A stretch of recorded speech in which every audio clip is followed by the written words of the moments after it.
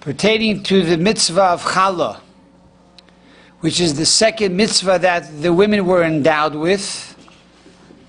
We find in the Torah, in the book of Numbers, it says in chapter 15, verse 19 and 20, the Torah says over there, "V'hoya pacholchem milechem haaretz."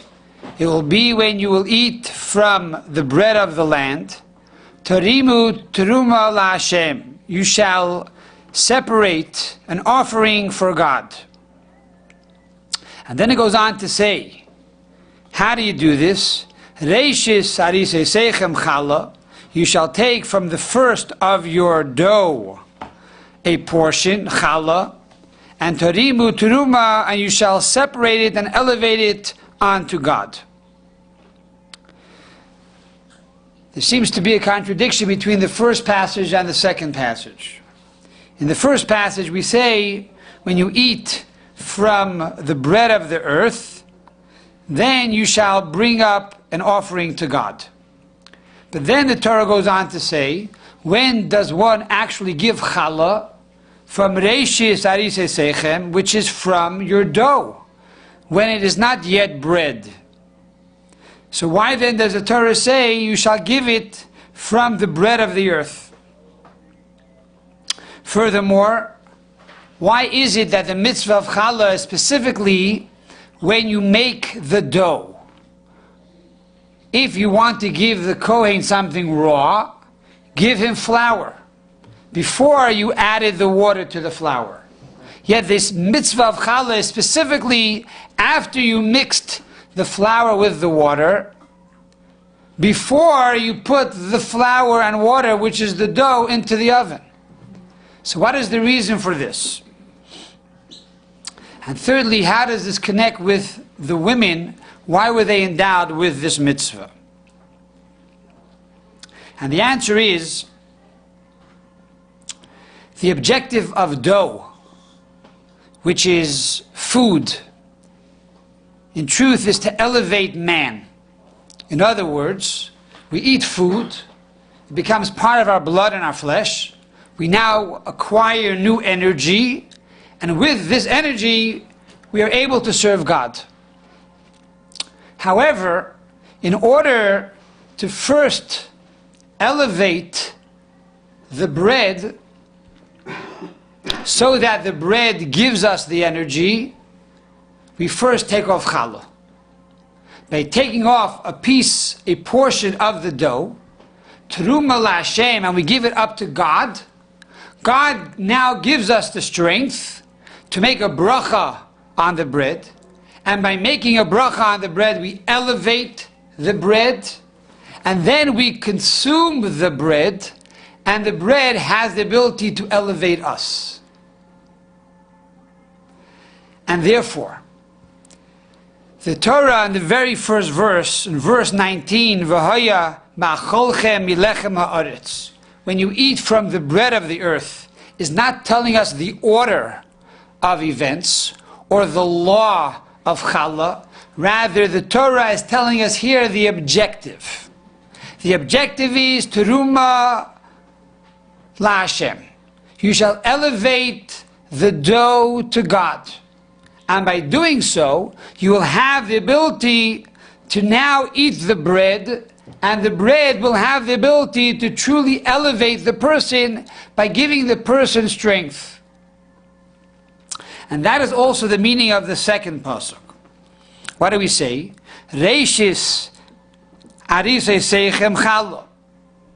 The simple interpretation is, the beginning of the dough shall you give challah. But here too, the Torah is telling us the objective, and that is reishis.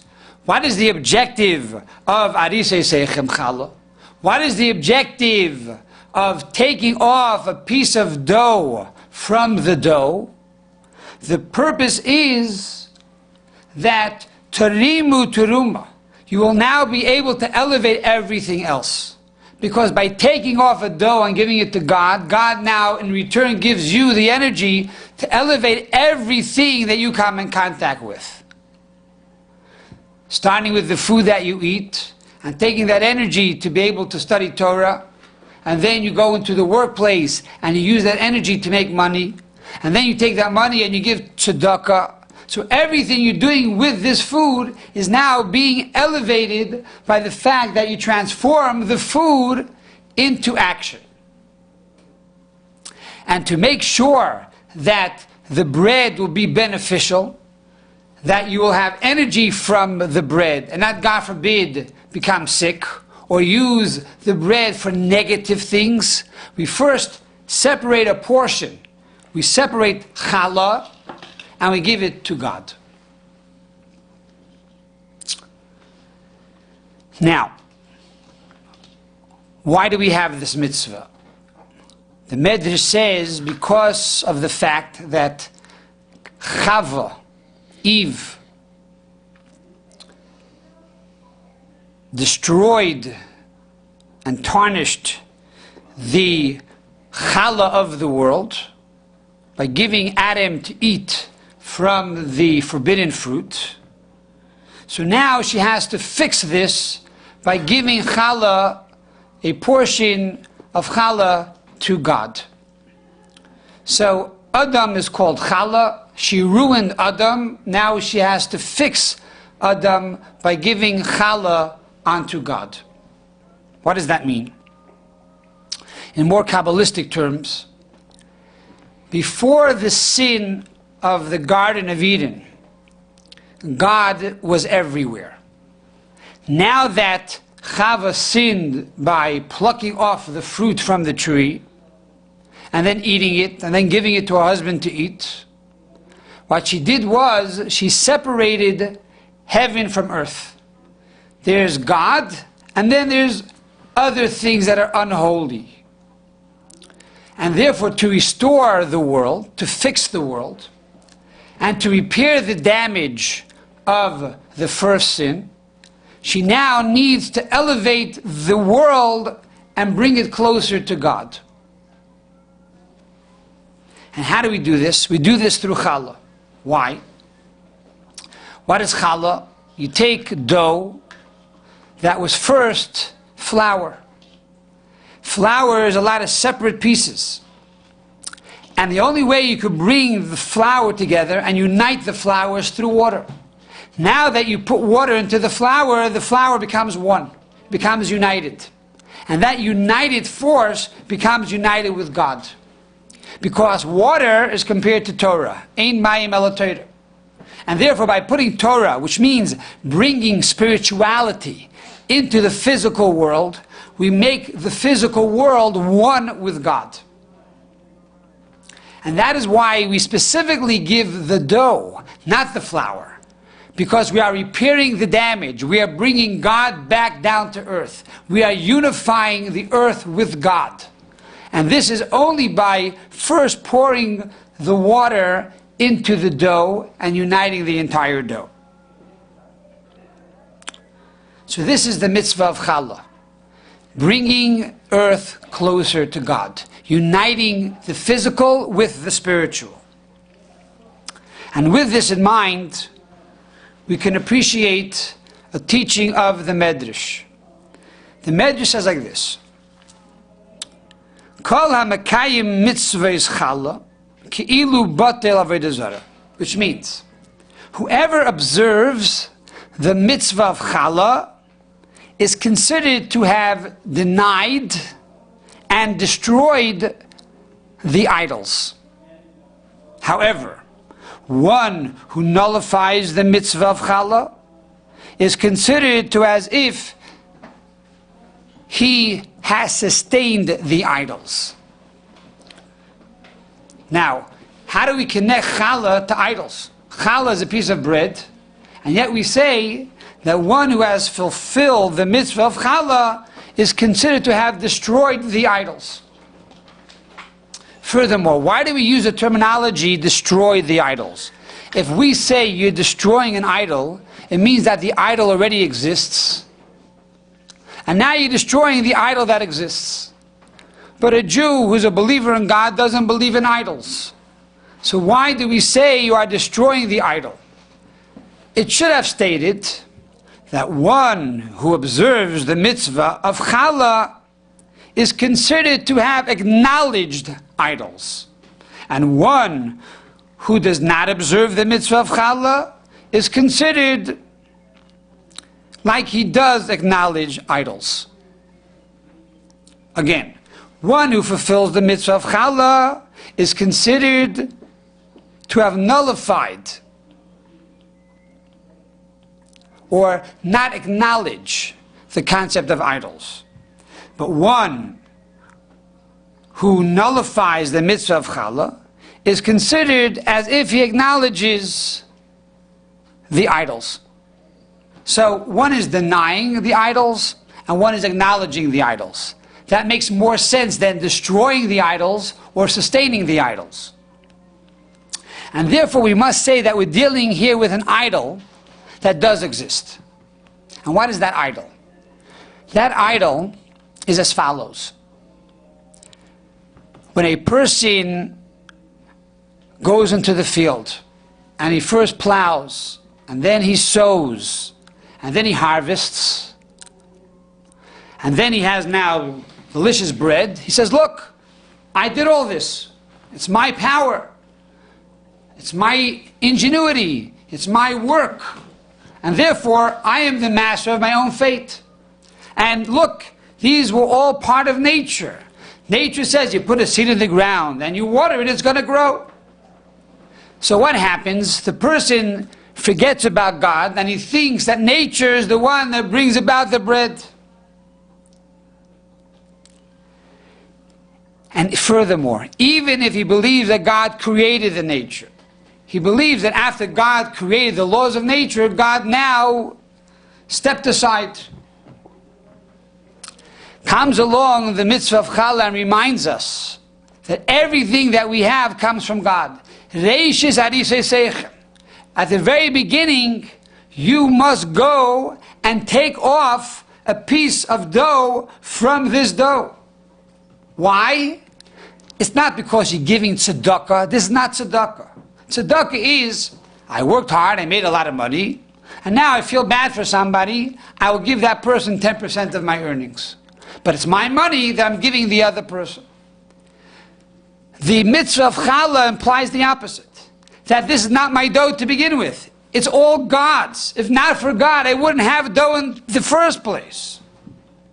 And therefore, to acknowledge that God gave me the dough, I first give teruma LaHashem. I take off a piece of the dough, which I call Challah, and I elevate it up to God. So Challah is a reminder that nature is not an idol. In other words, nature has no power on its own. What is idolatry? Idolatry is we think that God gave power to the zodiac. God gave power to the planets. God gave power to the sun and the moon to give warmth and direction and inspiration and light and to cause things to grow. We forget that really the sun is merely a hatchet in the hand of a woodchopper. The sun has no power of its own. It's only a garment that God uses to heat the world and cause the world to vegetate. But there is no power in the sun on its own. And Challah reminds us of this, that if you fulfill the mitzvah of Challah, therefore you nullify this idol of nature. But if, for some reason, you are mevatel the mitzvah of Challah, you neglect to do the mitzvah of Challah, even accidentally, you are sustaining the idol. Why? Because something that's in front of you, you can't forget. If you place God right in front of you, 24 hours a day, like it said in the Code of Jewish Law, you can't forget. Everything I have is from God. So I must take off Challah. And if I forget to take off Challah, then I'm an idolater. Because then you are serving nature. You don't see God's hand in every aspect of reality.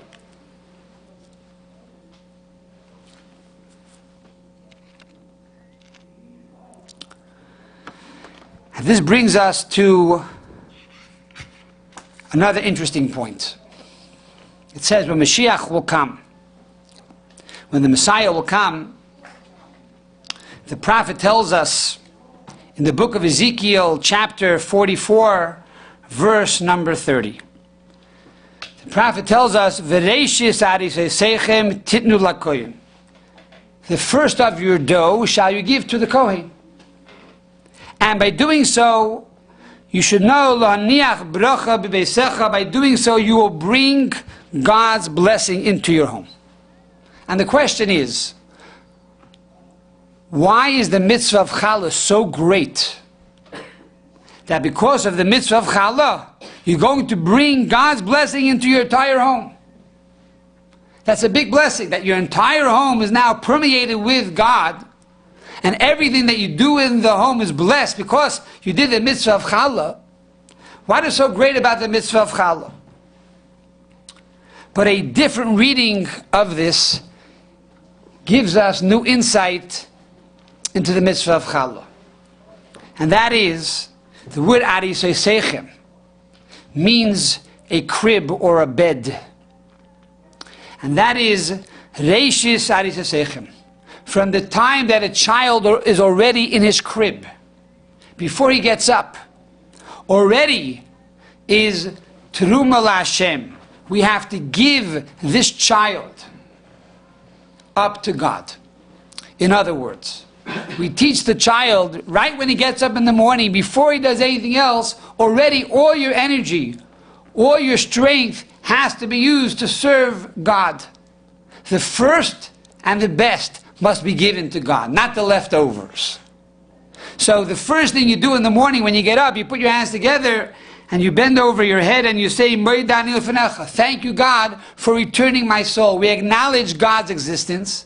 We acknowledge without God, I will not exist.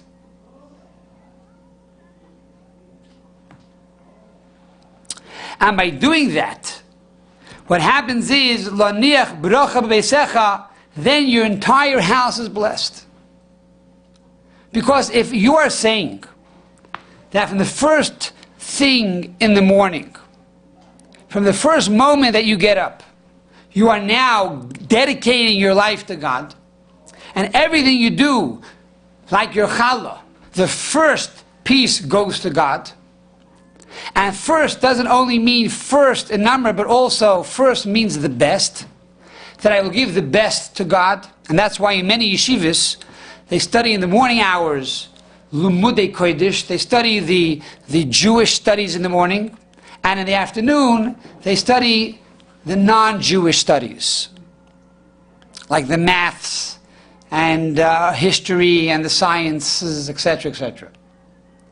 Because the best of your energy, and the first of your energy, has to be dedicated to God.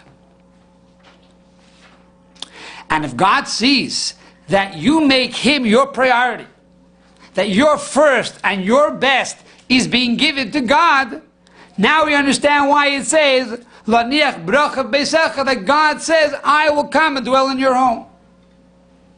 Because you become my priority. And if you are God's priority, then everything is blessed. Everything from health to long life, to sustenance, to success in all of your endeavors. Which explains why this mitzvah was given to the woman. It's not only because Chava was the first woman and she caused Adam to eat from the fruit and she destroyed the first challah of the world, because by now we already repaired the damage.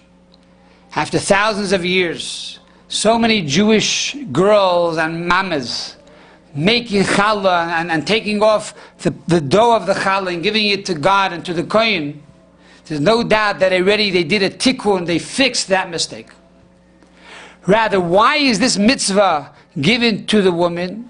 Because only the woman has that ability, from the moment the child is in the crib, to infuse that child with a love for God and a dedication for God that only a mother can do.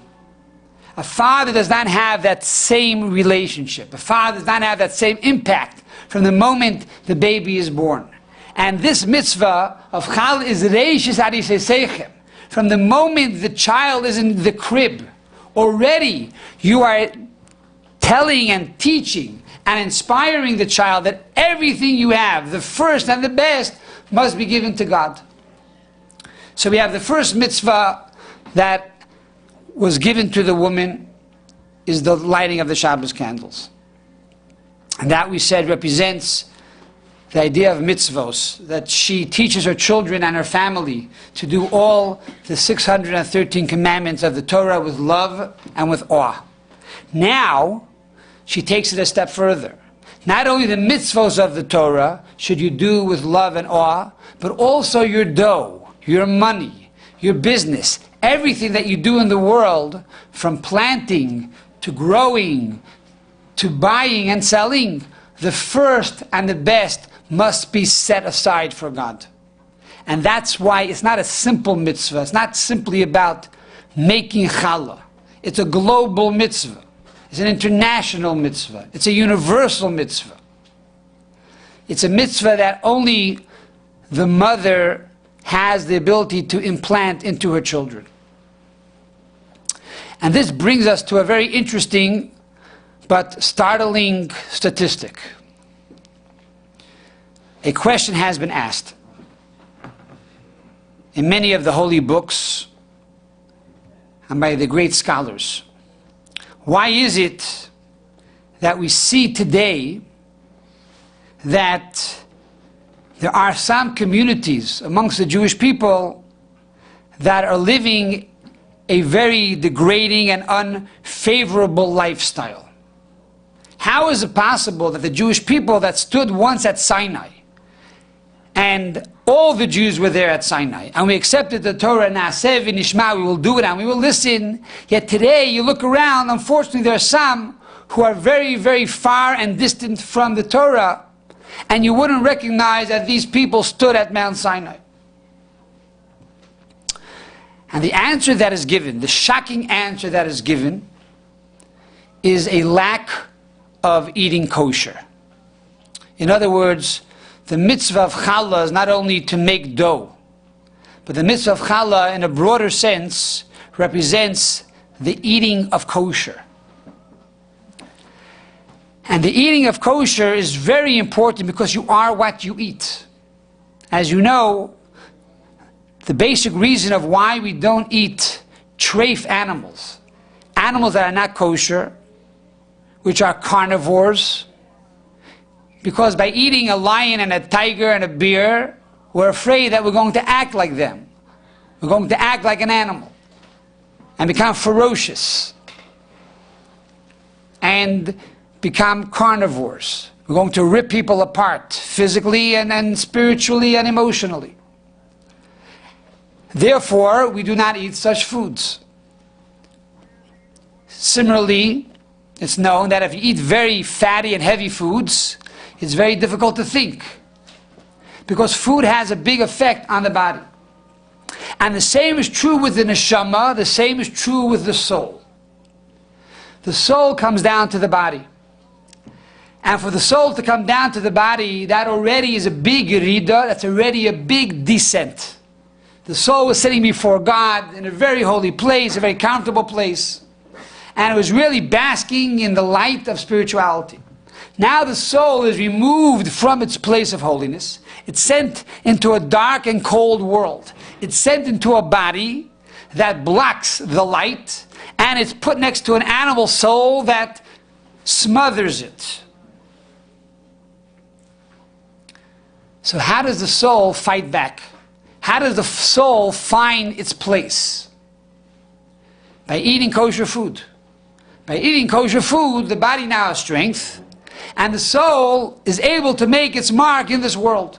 It's able to find itself, and ultimately to change the animal soul and to transform the body into a vehicle that serves God. But when can the soul do that? When you help the soul do its job. And the way you help the soul do its job is by giving it kosher food.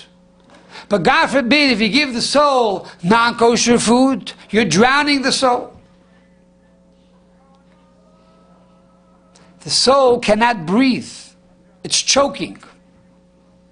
You're smothering the soul, and the soul now has no ability to be able to do its job in transforming the world into a dwelling place for God. And that seems to be one of the most basic reasons of why today in Judaism there are so many unfortunate Jews who have wandered away from the source. It's a very easy thing to change. And the mother of the home, who's the Akeres Abayis, when she makes that decision that we are going to have kosher, it's going to be kosher. And therefore it's something that every woman has a right to do and an obligation to do. Being the Akeres Abayis, to make sure that every piece of food that enters into the home is only food that is kosher. That has an OU or an OK or a star K and all the kosher signs that tell us that this is kosher food. And food that is not kosher does not belong in a Jewish home. It's unhealthy for the body and more unhealthy for the soul.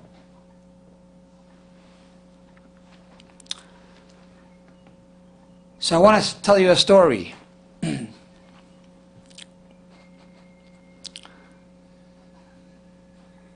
Over 20 years ago, when we first started here in Brooklyn Heights, a young man came over to me and said to me, "Rabbi, you should know that I'm trying to keep kosher, but my wife is not letting me." I said, "That's odd. Why would your wife not let you keep kosher?" "Well, Rabbi, you know, I have a son, and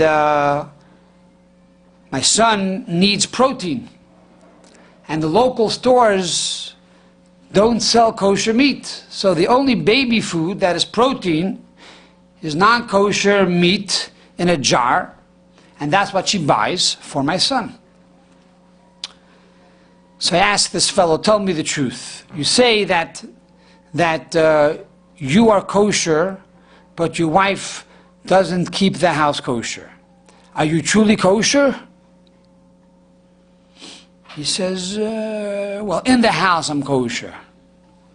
I say, "And outside the house?" "Well, outside the house, you know, I go to work and I don't have kosher restaurants around me, so I'm not so kosher. But in the house I'm 100%, Rabbi, 100%. And yet my wife is feeding my child treif. What do I do?" I say, "What else? What other things bother your wife?" He says, "Well, now that you ask, Rabbi, I'll tell you. You know, Saturday morning I go to synagogue now, my wife is very upset." "Why?" "Because I used to take care of the baby Saturday morning, and now I'm coming to shul, and I'm no longer fulfilling my duties as a father." "And what else?" "You know, I used to get up and I used to wash the dishes Shabbos morning, and now I'm running off to shul." So I said to the fellow like this: women are very, very smart. And they're very black and white. They don't believe in bluff. If you're an honest, straight person, your wife will respect you. If she detects falsehood, she won't respect you. So you're telling me in the house you're kosher, but you go to work, you eat treif. Your wife says, so you're not kosher. So what do you want from me? You eat what you want, but I have to schlep kosher food into the house. You make me do all the work. When your wife sees that you are kosher inside the house and outside the house, I guarantee you she will be kosher in the house also. And secondly, she's right about Saturday morning. Now you run to shul and you leave the kid at home with her. Take the child with you to shul. Let your wife sleep an extra hour Saturday morning. And you still have to do the dishes. Don't use Judaism as an excuse. And Baruch Hashem, I can say that 20 years later, it didn't take 20 years, but today the entire family is totally frum, and they live in a very religious community. And shortly after this story, he began to put this advice into action. And he was kosher in the house and outside the house. His wife right away began to keep the home kosher, and respected his choice. And this is the power of the Jewish woman. She can make the house kosher. If she chooses, that is her power and her right. And she can tell the husband, look, past this door, past this threshold, you don't bring in any treif. And more than that, if you eat kosher at home and you like it, maybe you should eat kosher in the workplace also. And by doing so, we will bring the soul back to life. The soul will be able to once again regain its power, its consciousness, its strength, and do its job that it was sent down here to do, to transform your body and to transform the entire world. And to make the world a dwelling place for God. As we say that,